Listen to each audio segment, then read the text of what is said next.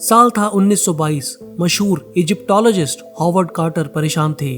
अनेकों साल बीत चुके थे, पर उनको इजिप्ट में भरसक खुदाई के बावजूद कुछ भी हाथ नहीं लगा था। वो किसी खजाने की तलाश में थे। उन्होंने अपने बॉस लॉर्ड कार्नरवॉन को टेलीग्राफ भेजा और बताया कि कैसे उन्हें इस बार भी निराशा ही मिली है।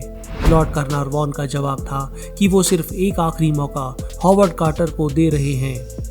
कार्टर फिर से काम पर लग गए। वो अपनी खुदाई वाली जगह पर गए जहां उन्होंने बहुत से टेंट लगा रखे थे। उन्हें अभी भी लग रहा था कि एक बहुत बड़ा खजाना इजिप्ट की रेत के नीचे उनका इंतजार कर रहा है। अब उनके पास समय और पैसे दोनों खत्म हो चुके थे। अगर कुछ हाथ ना लगा तो उनका करियर खत्म हो जाएगा, उन्हें पता था। पर किस्मत को शायद कुछ और ही मंजूर था।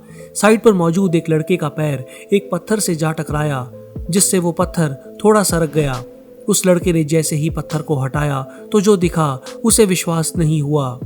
वहां सीढ़ियां थी जो किसी नीचे अंधेरे में गुम हो गई थी। कार्टर को पता लगा तो उन्होंने फौरन आकर जांच की।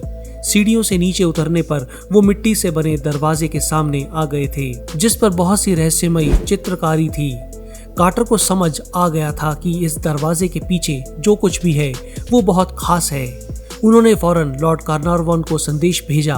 कार्नरवॉन कुछ दिनों में वहां आ पहुंचे। वो ऐसे खास मौके पर वहां खुद होना चाहते थे। खैर, दरवाजा खोला गया। घुप अंधेरा था। मोमबत्ती की रोशनी से जब ध्यान से देखा गया तो अंदर बेहद विशाल खजाना मौजूद था। सोने की बनी ढेरों मूर्तियां, सोने की गद्दी तो थी ही, इसके अलावा कई तहखाने थे जिनको पूरी तरह से खोलने और खोजने में साल लग गया। इन्हीं में से एक तहखाने में थी सोने के आलीशान ताबूत में रखी हुई सोने का मुकुट पहनी तूतनखामन की 3000 साल पुरानी मम्मी। ये जगह दरअसल तूतनखामन का मकबरा थी, जिसमें 3000 सालों के बाद जाकर कोई घुसा था। उसी के साथ था एक तहखाना जिसमें तूतनखामन का खजाना भी था, जिसमें थी सोने की बनी ढेर सारी मूर्तियां। ये अब तक की गई सबसे बड़ी खजानों की खोज में से एक थी। पर इस खजाने की खोज के बाद से मौतों का सिलसिला शुरू हो गया। लोगों का मानना था कि ये फराहो तूतनखामन का श्राप था जो असर दिखा रहा था। ओल्ड किंगडम इरा के मकबरे में ये लिखा था, जो भी सोए हुए राजा की शांति भंग करेगा, मौत तुरंत उसे अपना शिकार बना लेगी। इसके अलावा एक और संदेश दिया गया था, जो लोग मकबरे की सील तोड़ेंगे वो ऐसी बीमारी से मरेंगे कि कोई डॉक्टर भी इसका इलाज नहीं कर पाएगा। डरावनी बात यह थी कि कई ऐसे लोग जो इन मकबरों की खुदाई में लगे थे, उनको अजीब अजीब बीमारियां होने लगी जो उनकी मौत का कारण बन जाती थी। जहां बहुत से लोग इन श्रापों को सच हुआ मानते थे, वहीं कई और लोगों का मानना था कि ये सब लोगों का वहम है। उनके अनुसार पुराने समय में अगर आप किसी को बहुत से सोने के साथ दफना रहे हो तो लुटेरों को दूर रखने के लिए कुछ ना कुछ डराने वाला कारण तो चाहिए ही। अंधविश्वासी लोगों को ये लिखे संदेश इतना डरा देंगे कि वो कभी खजाना लूटने की सोचेंगे भी नहीं। ऐसी भी कई लोगों की सोच थी। यहाँ तक कि कार्टर ने खुद भी तूतनखामन के मकबरे के मिलने पर वहां लोगों को इस श्राप के सच होने की चेतावनी दी थी। शायद कार्टर को चिंता थी कि वो लोग अंदर घुसकर खजाने को लूट सकते हैं, पर इस बात से भी इनकार नहीं किया जा सकता कि जो हादसे ऐसे मकबरों को खोलने के बाद हुए वो साधारण नहीं थे। किसी की अजीब तरह से मौत हो गई, कोई रहस्यमयी तौर पर बीमार पड़ गया और चल बसा। ये लोग कौन थे और इनके साथ क्या हादसे हुए?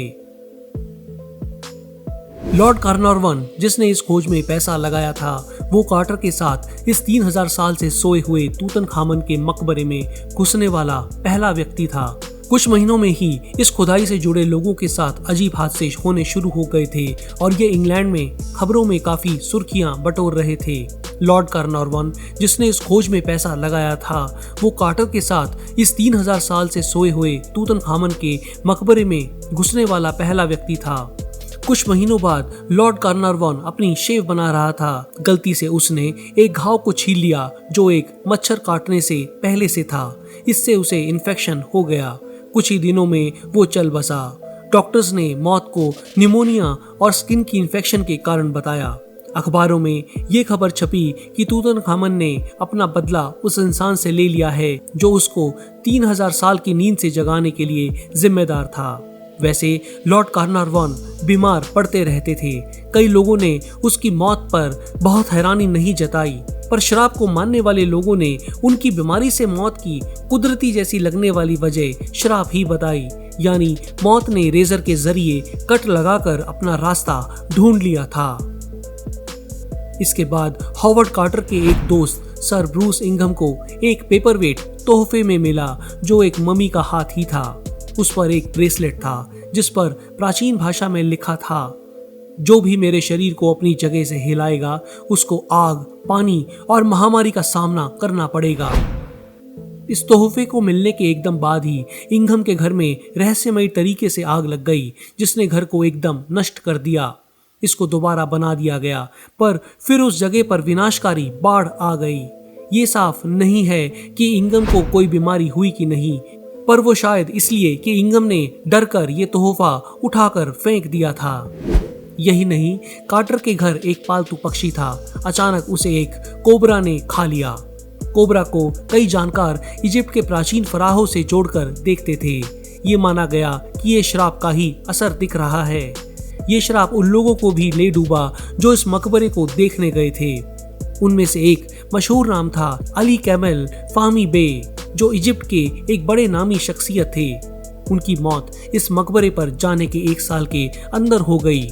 उनको किसी ने रहस्यमय ढंग से मार डाला था। इसके बाद सर लीस्टैक, जो इजिप्ट में सूडान के गवर्नर थे, उनकी हत्या कर दी गई। वो भी 1 साल के अंदर ही इस मकबरे में गए थे।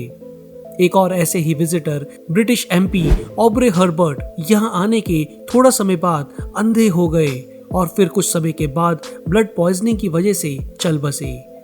ऑब्रे लॉर्ड कार्नरवॉन के सौतेले भाई थे। जब वो मकबरे में गए थे तो अनजान कारणों से उन्होंने ऊंची आवाज में कहा था कि उनके परिवार के साथ कुछ बुरा होने वाला है। इसके बाद सर आर्कीपॉल्ड डगलस रीड, जिन्होंने तूतनखामन के शरीर का एक्सरे किया था, वो 1924 में एक बहुत ही रहस्यमयी तरह से बीमार होकर अचानक चल बसे। उसके बाद हॉवर्ड कार्टर की टीम के एक सदस्य आर्थर मेस किसी वजह से आर्सेनिक पॉइजनिंग का शिकार हो गए और मर गए। पर अभी और हादसे होने बाकी थे। ह्यू एवेलिन व्हाइट भी उन शुरुआती लोगों में से थे जो इस मकबरे में घुसे थे। उन्होंने लटक कर खुदकुशी कर ली। मरने से पहले उन्होंने अपने खुद के खून से ये लिखा था कि उन पर श्राप मंडरा रहा है और वो बच नहीं पाएंगे। उनके मानसिक तौर पर परेशान होने का एक और कारण भी था। उनके एक नजदीकी दोस्त की हाल में मौत हुई थी। पर श्राप को भी कई लोग एक सच्चाई ही मानते थे। 3000 साल पुरानी मम्मी अपने बदले ले रही थी, ऐसा माना गया।